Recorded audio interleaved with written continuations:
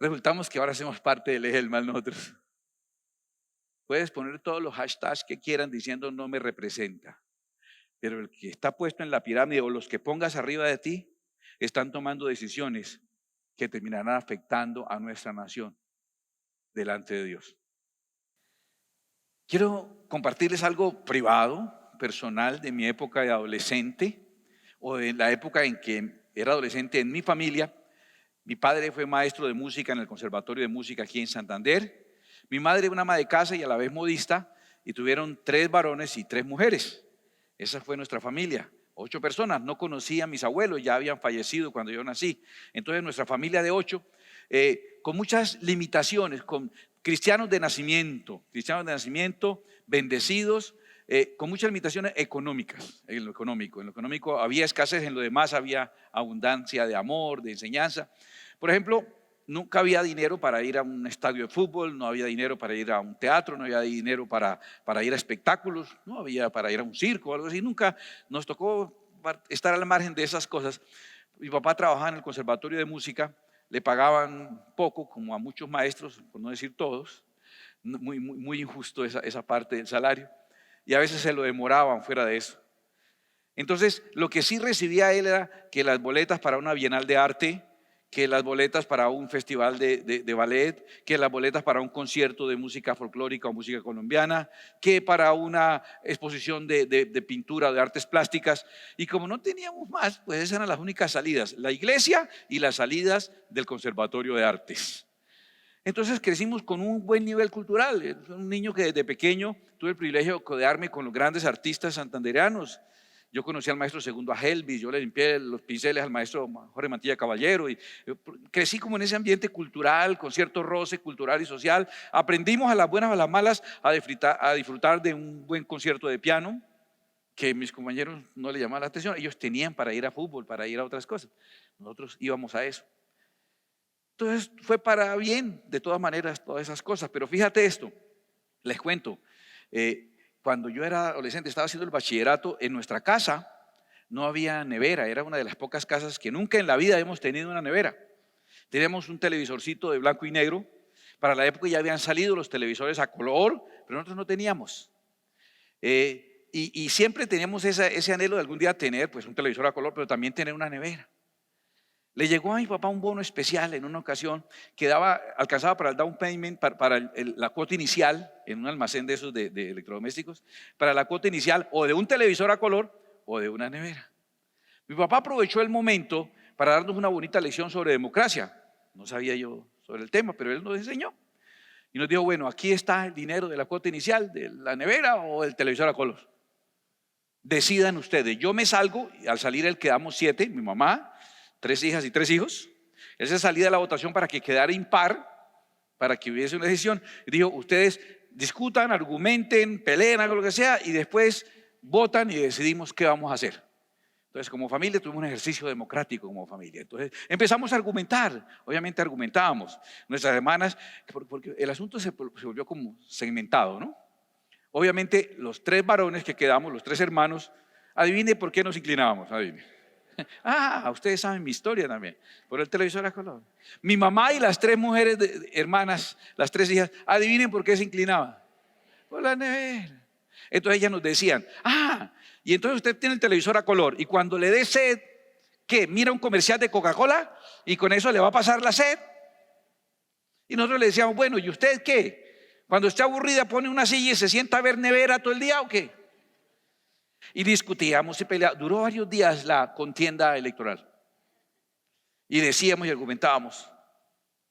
Finalmente se hizo la votación. Adivinen. Ya el asunto estaba fácil de establecer. Las encuestas acertaron. Mi mamá y las 3 mujeres ganaron, y entonces se dio la cuota inicial de la nevera y llegó a la nevera y se cumplió la profecía. Nos sentamos a ver nevera. En serio, no es mentira. De verdad, nos parecía mentira que teníamos nevera. No teníamos nada que echarle a la nevera. Le decíamos la fuente luminosa, solo agua y luz. No más, no había más en esa nevera. Pero cuanto cute había, le echamos agua y lo pusimos a congelar. Y tomábamos agua hasta que nos embuchábamos. Y a todo el que llegaba le provocaban: hay agua fría, hay agua helada, ¿quiere agua helada? Casi que nos parábamos en la puerta a ofrecerle agua helada a los que pasaban, ¿sí? Nos parecía mentira que teníamos una nevera. Al principio estábamos inconformes y cuando intentábamos decir, ay, que esa puerca nevera, que no sé qué, que por qué no es mi papá me dijo, no, no, no, muchacho, así no funciona. Usted discute, usted argumenta, usted polemiza, usted trata de convencer hasta que deciden. En el momento que eligieron y decidieron, esa no es la decisión de las mujeres de la casa. En el momento que ganaron la votación, escúcheme, es la decisión de la familia. Y ustedes tienen que ajustarse a la decisión de la familia. Y no permitió que siguiéramos dándonos de que era la decisión de ellas. Y a partir de ese momento, ¿sabes qué hicimos? Mis hermanos y yo.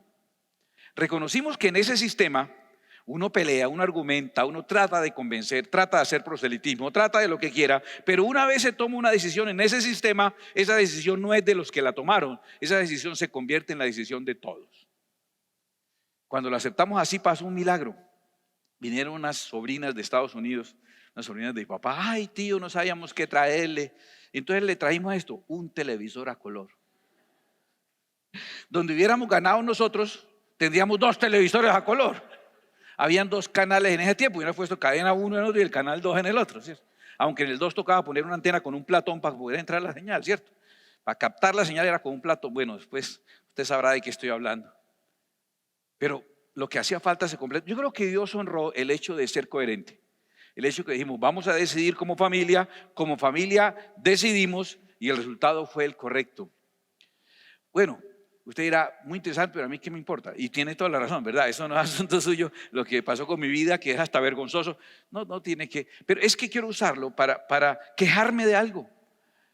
Para quejarme de que muchas personas asumen una actitud indiferente y apática en el tiempo del debate, en el tiempo que hay que argumentar, en el tiempo que hay que hacer proselitismo, en el tiempo que hay que convencer, en el tiempo que hay que escoger cuál es mi línea de pensamiento y tratar de difundir mi línea de pensamiento. No, simplemente esperan a que pase lo que sea.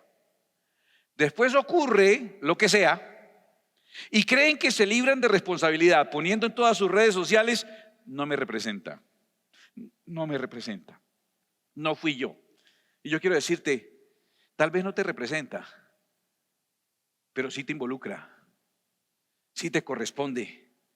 Cuando ponemos a una persona que decida, esa persona que ponemos a que decida va a tener consecuencias personales de lo que él decida, pero también sus decisiones van a afectarnos a todos nosotros por el punto que esa persona tiene, por la posición que esa persona tiene. ¿Usted no recuerda los 3 años y medio de sequía que hubo en Israel? Y esos 3 años y medio de sequía es porque el Señor estaba enojado con Israel. Y estaba enojado con Israel porque estaba gobernando Acab, ¿se acuerda? Acab y Brujabel, la esposa.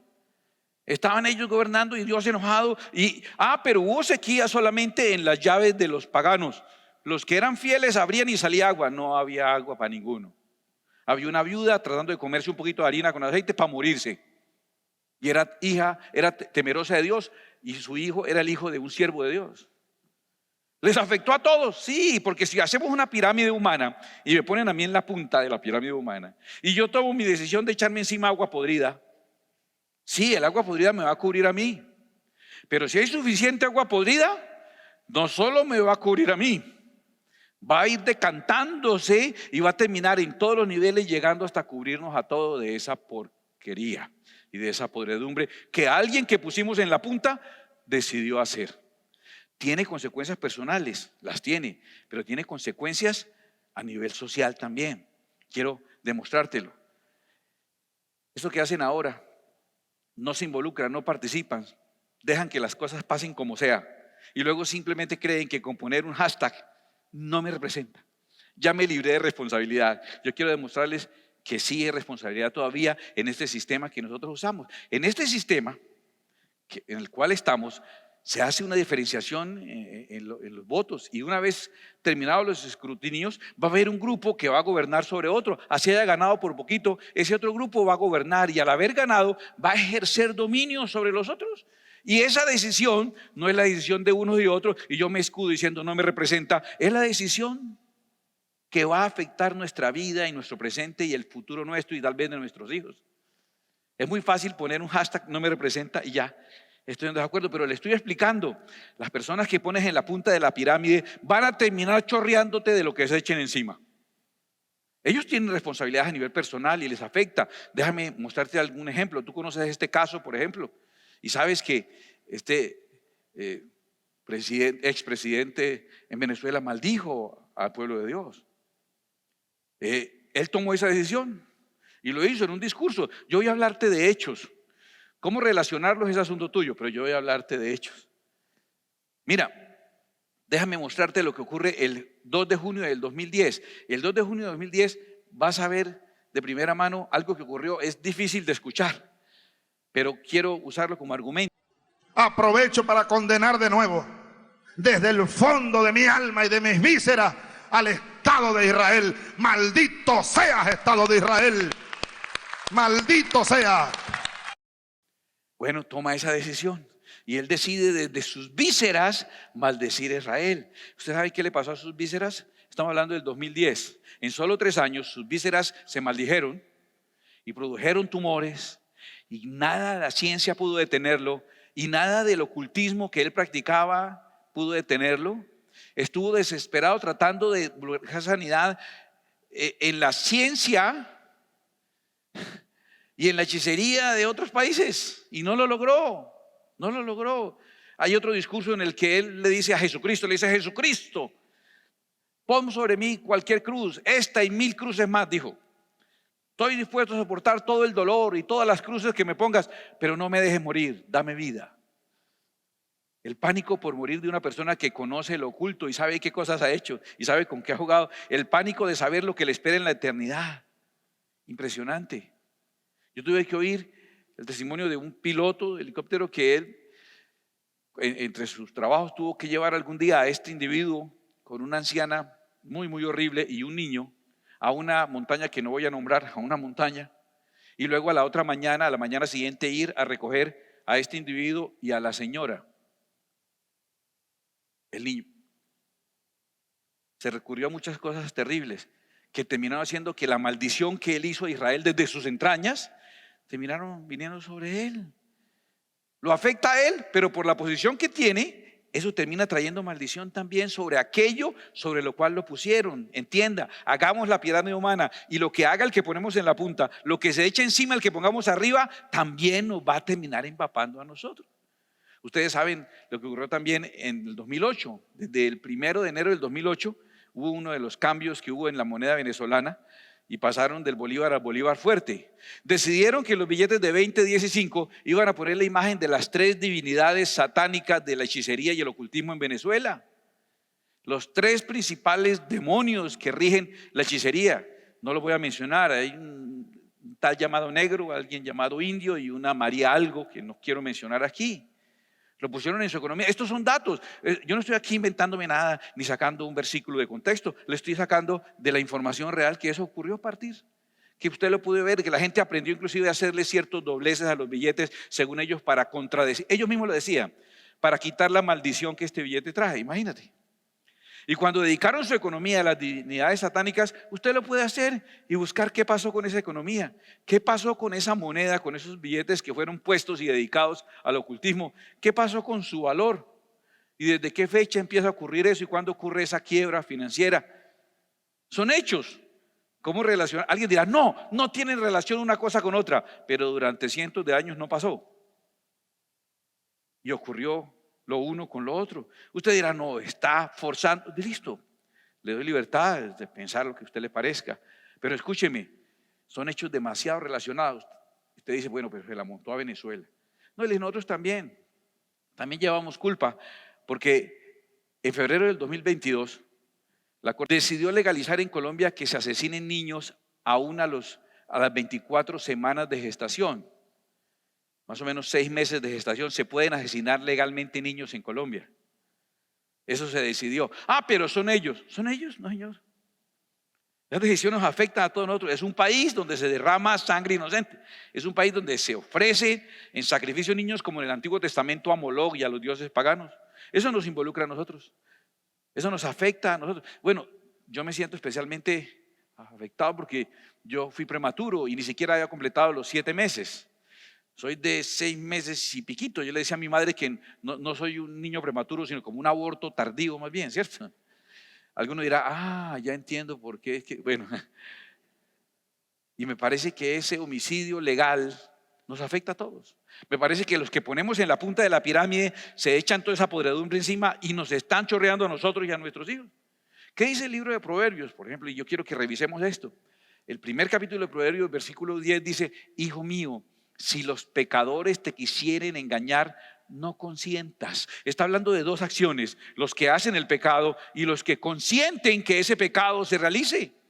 Y nos está diciendo: no consientas, te van a engañar. Si dijeren: ven con nosotros, pongamos acechanzas para derramar sangre, acechemos sin motivo al inocente. Esa sangre derramada sin motivo al inocente, ¿no puede ser aborto también? ¿No es sangre inocente derramada sin motivo?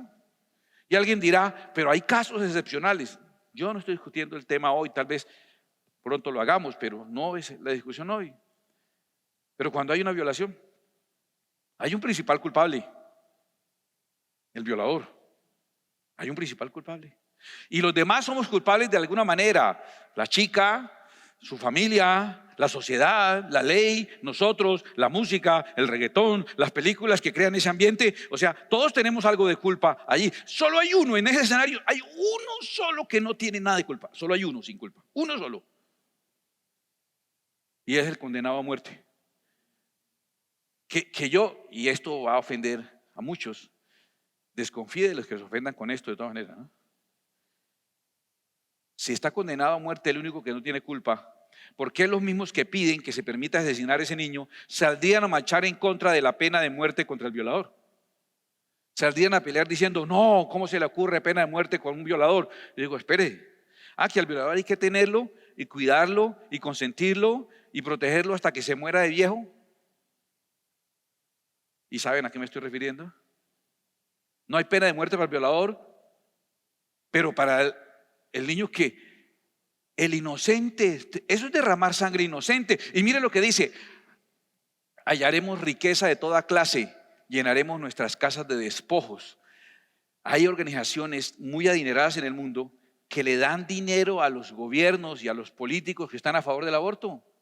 Llenan sus casas de riqueza por organizaciones mundiales que las he mencionado, que se los he mostrado aquí, que pagan a ellos, y llenan sus casas de despojos. Inclusive las partes de esos niños son utilizadas para producir cosas cosméticas y experimentos médicos y cosas por el estilo. Llenan sus casas de despojos. Y luego dicen: echa tu suerte entre nosotros, tengamos todos una bolsa. Y usted va a decir: pero ahora es pecado tener una bolsa. Entonces, ¿uno en qué lleva el mercado? ¿Sí?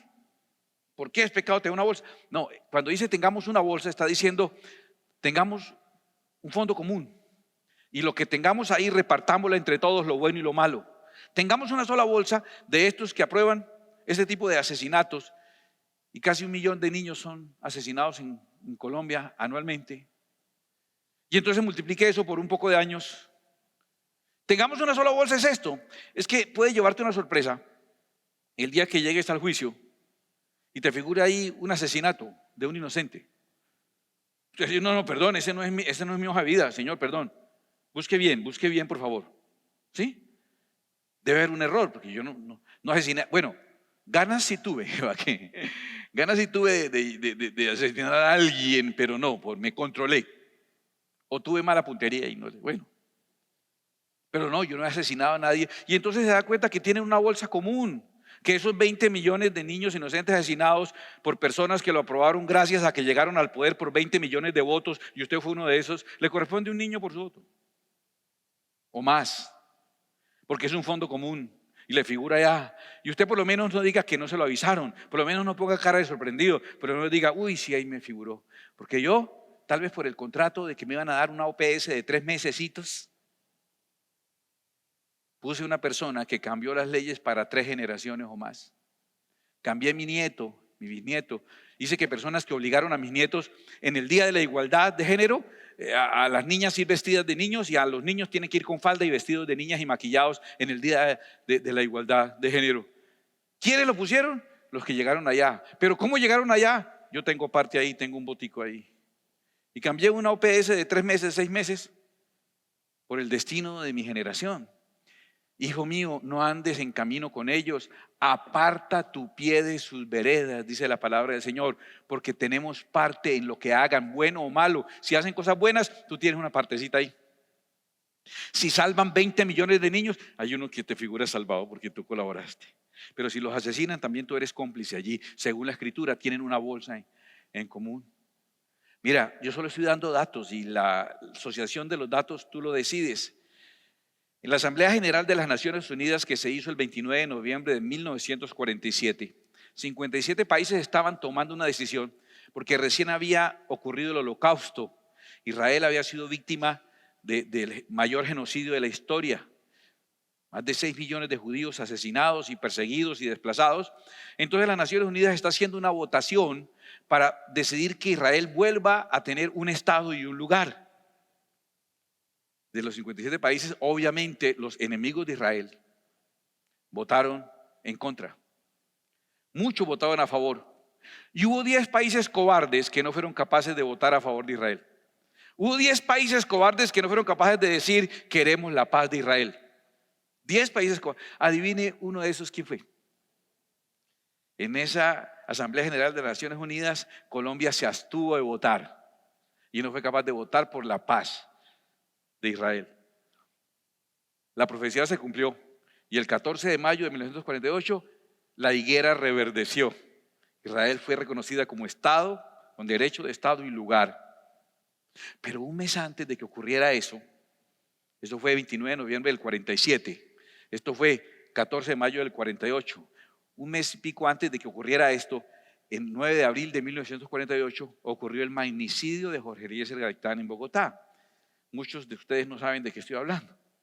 Estoy hablando de la eliminación de un caudillo político que generó el Bogotazo y como consecuencia del Bogotazo vino después los años de violencia y guerra en Colombia que todavía no han terminado.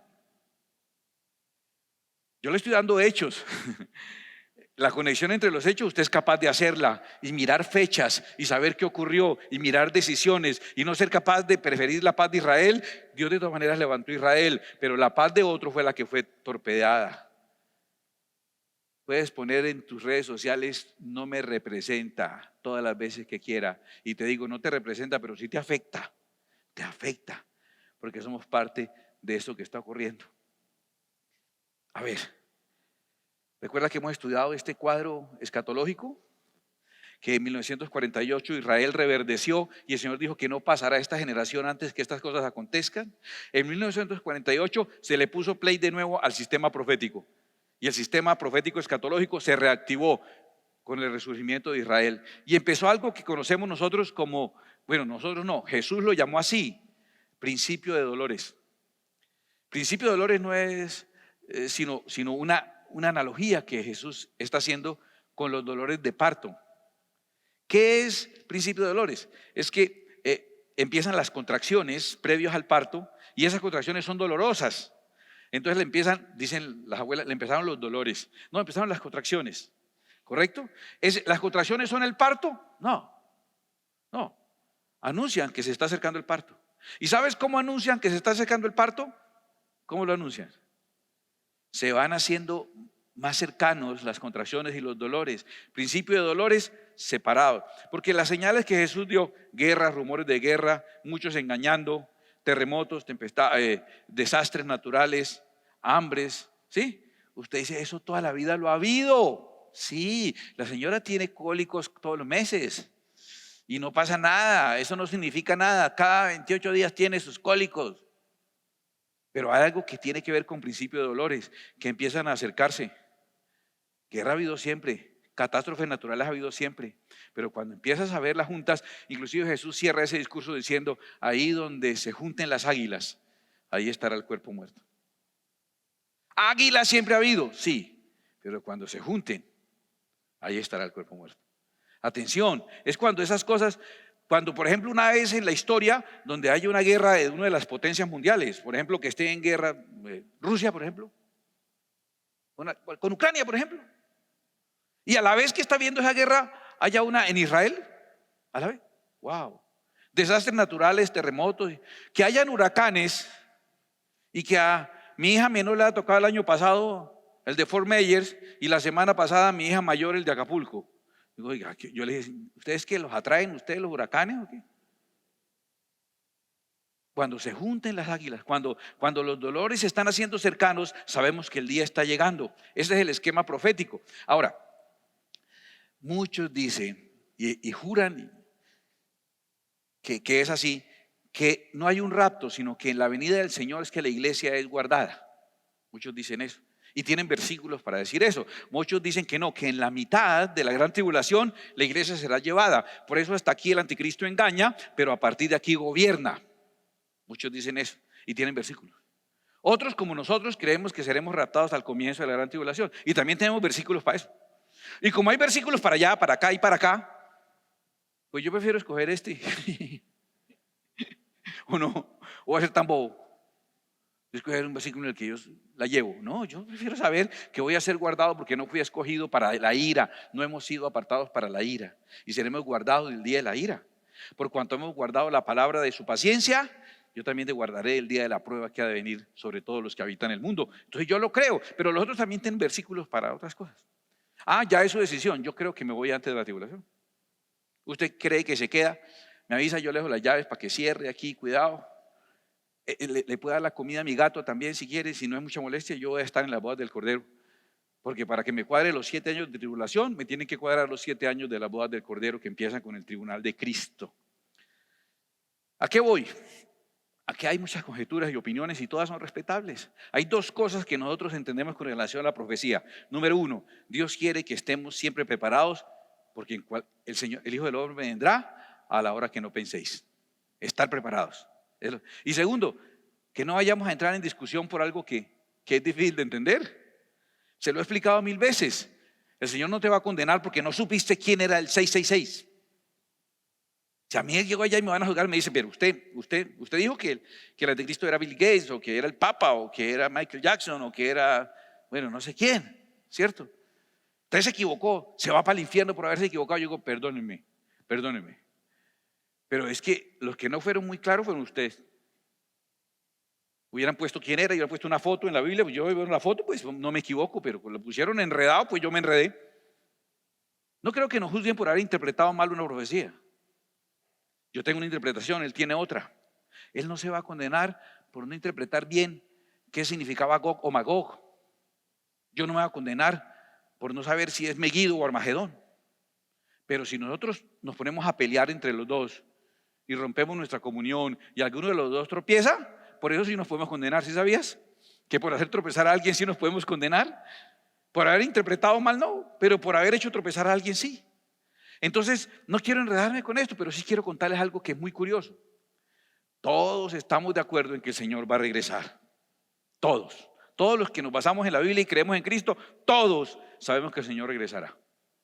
Y sabemos que cuando regrese va a haber un episodio que se llama la batalla de Armagedón. Israel rodeado de ejércitos y Cristo viene y libre a Israel de esos ejércitos. E Israel, así como se formó como nación en un día, se vuelve creyente en un día.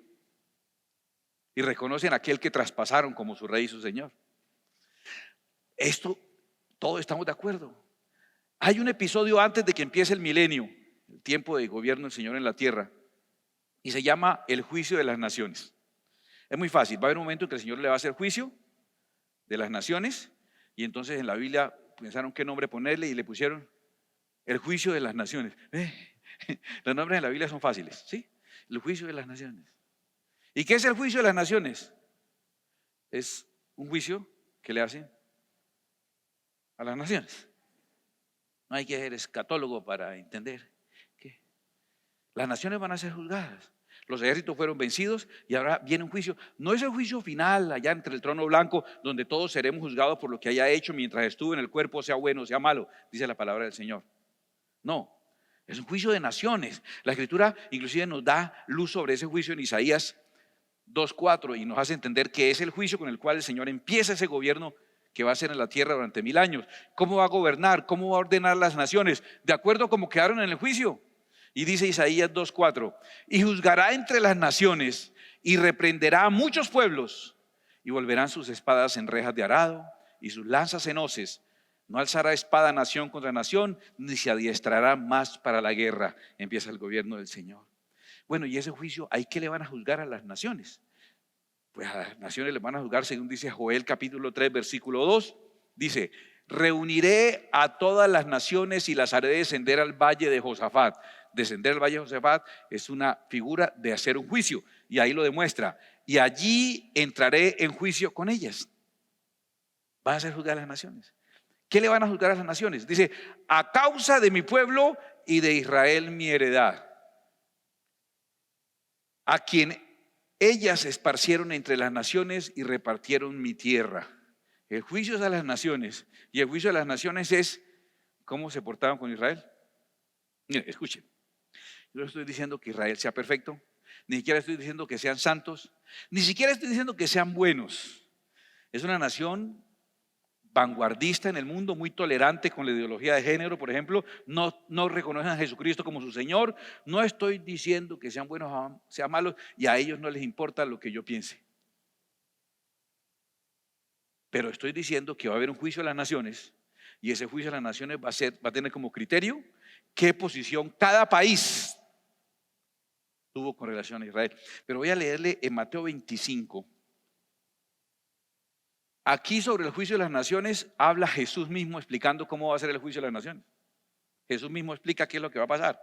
Voy a leerlo en favor de todos. Dice, cuando el Hijo del Hombre venga en su gloria y todos los santos ángeles con él, entonces se sentará en su trono de gloria y serán reunidas delante de él todas las naciones, y apartará los unos de los otros como aparta el pastor las ovejas de los cabritos, y pondrá las ovejas a su derecha y los cabritos a su izquierda. Entonces el rey dirá a los de su derecha, venid, benditos de mi Padre, heredad del reino preparado para vosotros desde la fundación del mundo, porque tuve hambre y me diste de comer, tuve sed y me disteis de beber, fui forastero y me recogisteis, estuve desnudo y me cubristeis, enfermo y me visitasteis, en la cárcel y vinisteis a mí. Entonces los justos le responderán diciendo, Señor, ¿cuándo te vimos hambriento y te sustentamos, o sediento y te dimos de beber? ¿Cuándo te vimos forastero y te recogimos, o desnudo y te cubrimos? ¿O cuándo te vimos enfermo o en la cárcel y vinimos a ti? Respondiendo el rey les dirá, de cierto os digo que cuando lo hicisteis a uno de estos mis hermanos más pequeños, a mí lo hicisteis. Entonces diré también a los de la izquierda, apartados de mí, malditos, al fuego eterno preparado para el diablo y sus ángeles. Ese juicio va a tener como criterio, repito, no estoy diciendo el juicio, Dios se encargará de juzgar incluso a Israel, pero les estoy advirtiendo que va a haber un juicio de las naciones donde las naciones serán evaluadas por la posición que asumieron con relación a Israel mismo. Y es fácil saber la posición de esas naciones. Los países árabes, la hermandad árabe es enemiga de Israel. Además de eso, hay países muy poderosos que también asumen una posición a favor de Irán contra Israel. Por ejemplo, Rusia, China, Corea del Norte, hacen parte de algo que se ha llamado el eje del mal. El eje del mal tiene esos países que tienen esa enemistad con Israel. Y aquí a este lado del mundo, donde no tenemos nada que ver, hacen parte del eje del mal, por ejemplo, Cuba, ahora Venezuela. Y resulta que ahora, por sapos, sigue con nosotros. Nada. Resultamos que ahora hacemos parte del eje del mal nosotros. Puedes poner todos los hashtags que quieran diciendo no me representa. Pero el que está puesto en la pirámide o los que pongas arriba de ti están tomando decisiones que terminarán afectando a nuestra nación delante de Dios. Eso es innegable. De nada sirve que sigas diciendo y creyendo que con un hashtag en tus redes sociales te libras de la responsabilidad. Este sistema que tenemos es un sistema que nos hace a nosotros corresponsables de todo lo que ocurra. Y somos indiferentes y haga lo que quiera. Y tienes un primo, un pariente que dice, ay, yo no sé ni qué votar. Yo no sé por quién votar. Yo como que voto en blanco. Y usted le dice, venga, ¿usted sí sabe a quién favorece su voto en blanco? Ay, yo mejor no voto. ¿Usted sabe a quién favorece, a quién no vota? Voy a votar por eso. Usted le dice, ¿usted sabe lo que ese piensa con relación a esto y esto?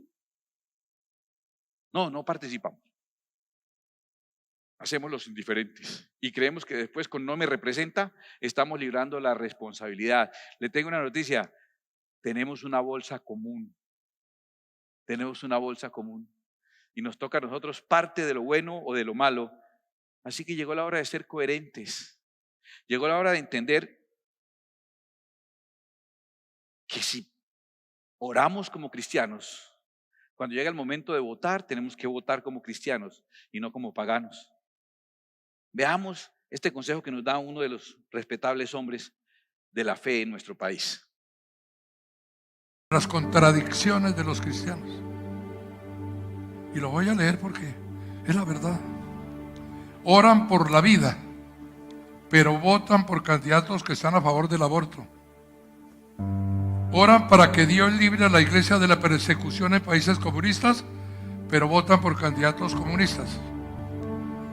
Oran pidiendo a Dios por la expansión del evangelio, pero votan por candidatos que quieren cerrar iglesias.